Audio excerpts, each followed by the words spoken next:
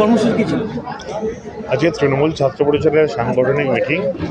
লোকসভা কেন্দ্র নির্বাচনকে সামনে রেখে আমরা প্রত্যেকটি জায়গাতেই সাংগঠনিক মিটিং করছি, যাতে তৃণমূল ছাত্র পরিষদ তার সকল ছেলেমেয়েরা যেভাবে দলের সঙ্গে সারা বছর ধরে থাকে, এই ইলেকশনেও তারা দলের প্রচার করবে, কোন পদ্ধতির মধ্যে দিয়ে প্রচার করবে, কী কী দায়িত্ব তাদের ভাগ করা, সেগুলো আজকে বলা হলো। এবং ক্যান্ডিডেট নিজে ছিলেন আমার জেলার ছাত্র সভাপতি রন্তু, খুব দক্ষতার সঙ্গে এই মিটিংটি অ্যারেঞ্জ করেছিল এবং পুরো জেলার ছাত্র নেতৃত্ব এবং ছাত্র কর্মীরা এসেছিল। আজকে দেখলেন তাদের উৎসাহ উদ্দীপনা যথেষ্ট ছিল। আজকে আমি বিশ্বাস রাখি এই নির্বাচনে তো তৃণমূল কংগ্রেস জিতবেই এবং তৃণমূল কংগ্রেসের বিপুল জয় আমাদের প্রিয় প্রার্থী কৃষ্ণ কল্যাণীর সমর্থনে সবচেয়ে বেশি যারা মানুষের কাছাকাছি গিয়ে প্রচার করবে তারা নিশ্চিত হবে তৃণমূল ছাত্র পরিষদ।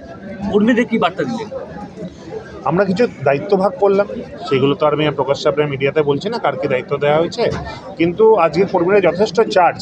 যেভাবে ছেলেমেয়েরা প্রতি মুহূর্তে কথা বলছিল, যেভাবে আনন্দ করছিল, তারা যে পরিমাণ উৎসাহ দিচ্ছিল সারাক্ষণ, তৃণমূল ছাত্র পরিষদের ফ্ল্যাগ, তাদের প্রত্যেকটা স্লোগান দেওয়া, তারা বোঝা গেল ছেলেরা খুব চার্জড। এবং এখনও দেখছেন মিটিং শেষ হওয়ার পর এত ছেলেমেয়েরা ঘিরে বসে আছে। এটা প্রমাণ করে যে তৃণমূল ছাত্র পরিষদ এই ডিস্ট্রিক্ট তথা রাজ্যে ভীষণ শক্তিশালী এবং 42টা কেন্দ্রেই তৃণমূল ছাত্র পরিষদ তাদের প্রিয় প্রার্থীদের জন্য পরিশ্রম করছেন। আলাদা গানও তৈরি হচ্ছে, তৃণমূল ছাত্র পরিষদ করছে তার ক্যান্ডিডেটের জন্য। আমি নিশ্চিত এই রকমভাবে বিভিন্ন কর্মসূচির মধ্য দিয়ে তৃণমূল ছাত্র পরিষদ আগামী দিনে এগিয়ে যাবে। রায়গঞ্জ লোকসভায় ত্রিমুখী লড়াই, এই ব্যাপারে কি বলবেন? না, কোনো ত্রিমুখী লড়াই নেই রায়গঞ্জ বিধানসভায়। এই রায়গঞ্জ লোকসভার ক্ষেত্রে মানুষ সিদ্ধান্ত নিয়েছেন এবং তৃণমূল কংগ্রেস প্রার্থী কৃষ্ণ কল্যাণীকে তারা বিপুল ভোটে যেতে হবে। জয়ের ব্যাপারে কতটা আসবে? 100%। আমি তো কথা বলছিলাম, দু একটা জায়গায় মার্জিন একটু কম হতে পারে, সেই জায়গাগুলো আমরা আরও বিশেষভাবে নজর দিচ্ছি, এতে সেই এলাকাতে মার্জিনও বাড়ে। এটা তৃণমূলের জেতা সিট। লাস্ট বিধানসভা নির্বাচনে তৃণমূল প্রত্যেকটি আসনেই প্রায় জিতেছে এবং আপনি যদি লোকসভার হিসাব দেখেন তবে এখানে ভোটাররা তৃণমূলের সঙ্গে আছে।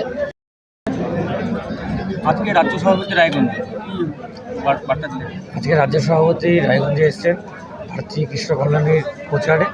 তিনি এখানে আসার পরে যা বুঝতে পেরেছেন, আমরা নিজেরাও বুঝতে পারছি যে রাজ্য সভাপতি আসার পরে এখানে যে পরিবেশ তৈরি হয়েছে, তাতে আমরা সম্পূর্ণভাবে আশাবাদী যে রায়গঞ্জের লোকসভা কেন্দ্রে কৃষ্ণ কল্যাণী শুধুমাত্র সময়ের অপেক্ষা 100% জিতছে। কর্মীরা কতটা উৎসাহ? প্রচণ্ড পরিমাণে উৎসাহ। এখনও মোটামুটি 2-3 হাজার ছেলেপেলেরা দাঁড়িয়ে আছে। শুধুমাত্র প্রোগ্রাম শেষ হওয়া আধা ঘন্টা হয়ে গেছে, তবুও তারা যাচ্ছে না। শুধুমাত্র রায়গঞ্জ বিধানসভাকে কেন্দ্র করে না, পুরো উত্তর দিনাজপুর জেলার প্রতিটা বিধানসভা থেকে আমাদের ছাত্রের block president, town president, college ইউনিটের পুরো সংগঠন সবাই এসছে।